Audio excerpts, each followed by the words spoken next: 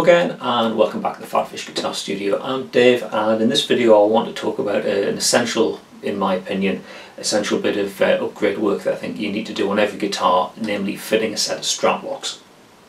Now this guitar I got a few weeks ago and I'm absolutely loving it. It's the Fender Baja Telly. Really nice guitar. The only thing I'm not so happy about is it comes with a standard set of strap buttons. Now they do the job, you can fit a strap to them, play the guitar standing up, but it's not as secure as having a strap lock which is going to lock the strap into place. So something I've got fitted to all my guitars are the Dunlop Dual Design Straplocks. They're fairly easy to fit, it's not a particularly difficult job to do, you don't need a whole lot of tools. So what I'm going to do is take the guitar, put it on the bench and show you the process of fitting the straplocks onto the guitar. So it's something you can do yourself and I strongly recommend you do it. Okay, so let's take the guitar and get on the bench and get cracking. Right, got the guitar down on the bench and usual warning applies. Put something soft like a mat or an old towel or something down. Protects the work surface from being scratched by the guitar, if you're doing this on your dining room table or something, and also protects the back of the guitar from being scratched off the hard bench. Don't need a whole lot of tools for doing this job. You're going to need a drill, so I'm using a cordless drill there. Going to need to drill a pilot hole, so set the drill bits. Only need one size drill bit. It's useful to have some masking tape, I'll show you what that's for, and also for fitting the strap buttons and taking the old ones off. Number 2 Phillips screwdriver. Now strap locks generally come in sets where you have the strap buttons to go onto the guitar and then fitting that goes onto the strap itself. Now if you're like me and you've got a number of guitars but you've got one strap that you tend to swap between the guitars, then it gets a bit expensive having to buy a full set of strap locks each time. You can buy just the strap buttons individually if you shop around. Now one thing you need to be wary of is there's a few people selling the strap buttons and they're not actually Dunlop strap buttons, so you need to be a bit careful about what's the quality of that. If it's some cheap knockoff, you're a bit worried about, is the quality of the metal going to be good, is the screw going to be good quality that's going to hold the button into the guitar, because at the end of the day this is something that's going to keep your guitar safe and stop it from dropping on the floor. So if you shop around, I've got these. I bought them on reverb from Feline Guitars. Now Feline Guitars, I remember the name from a long time ago. They've been around for a while. It's actually a custom luthier, so I'm kind of taking that as a bit of a guarantee that a luthier is not going to be selling poor quality hardware. He's going to have a certain sort of like a certain bar as to how good parts need to be, because he's got his reputation as a luthier on the line. So bought these, and what we'll get in the packet: card from Feline, and we have 2 replacement strap buttons and 2 screws. Now these screws are a little bit longer and a little bit wider than standard strap button screws, so even if you've got a guitar where the strap button's been off and on a few times, maybe the wood in that hole's getting a little bit chewed up, that screw is going to get a good grip and should hold the strap button nice and tight. The reason I like these ones from Dunlop, they're called Dual Design. The idea is that the strap lock goes on the inside, and when we're finished I'll show you how that mechanism works, but they also have just a regular flange on them, so you can use an unstrap locked strap if you find yourself in a situation where you don't have your regular strap but you do have a normal one. Okay, one last thing you do need is a cup of coffee. All that in place, let's get started, and first thing we need to do is take the existing strap buttons off the guitar. Okay, so first things first, we'll take the existing strap buttons off the guitar. And actually that number 2 Phillips is a little bit too big. I'll try a different screwdriver. This one's a number 1 Phillips. Yeah, that's a better fit.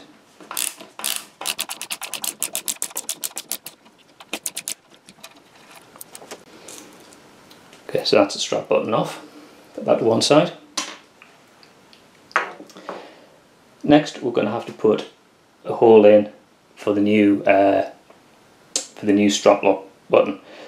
There's already a hole there obviously, but you might find with your guitar the screw that's been used for the existing strap button is shorter or narrower than the replacement one. Okay, so just taking a look, this is the strap button that came off and the screw, and this is the replacement strap button and the screw in that.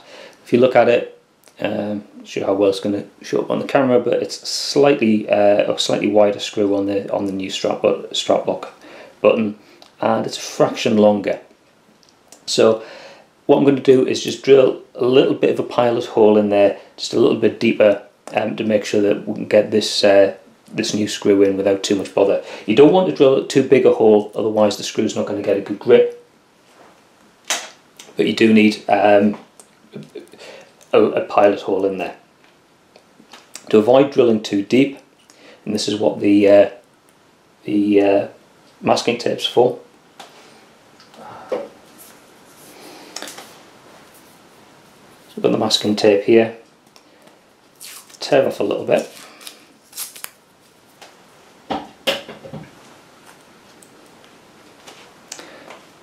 And what we're going to do is just mark on the drill how deep we need it to go.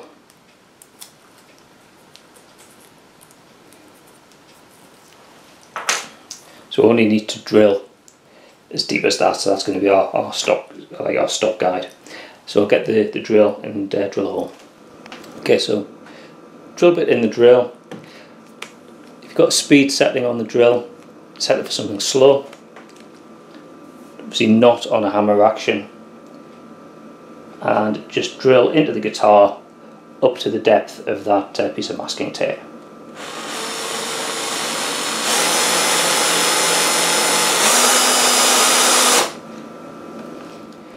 Okay, so that's that, and we'll now start screwing the new strap button in. Actually, I don't know why I'm using that screwdriver, because I've got this one with interchangeable bits. I'll put 2 Phillips into that and use the ratchet screwdriver. Right. Ratchet screwdriver should be a bit easier.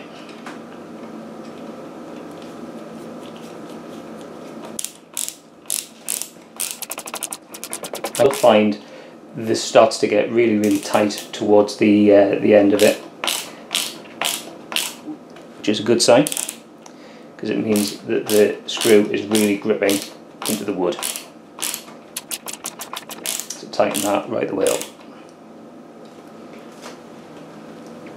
Okay, so that's that one done.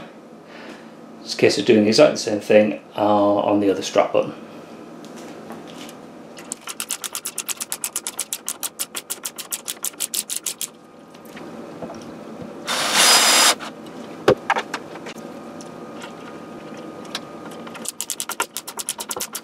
This one's always going to be more awkward than that one because the neck sometimes gets in the way. Telecaster's not too bad. Doing this on a Strat I do find quite awkward because of the way that the horn on the Strat comes around.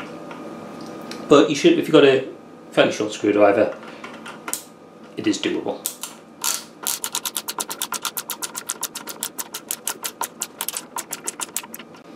Okay, so that's in nice and tight.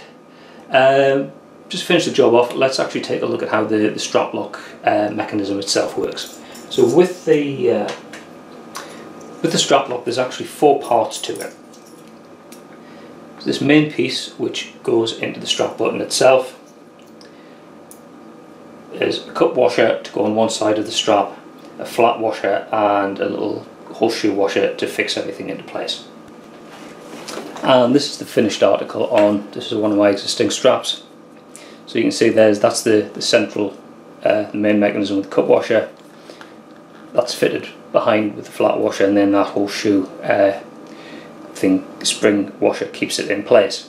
And the idea is, you should be able to see there's some little ball bearings in there, and this is a push button. So when you push that, it releases a spring, and these ball bearings can move. When you release the button, the ball bearings lock in place. Okay. And the idea is that pushes into the strap button,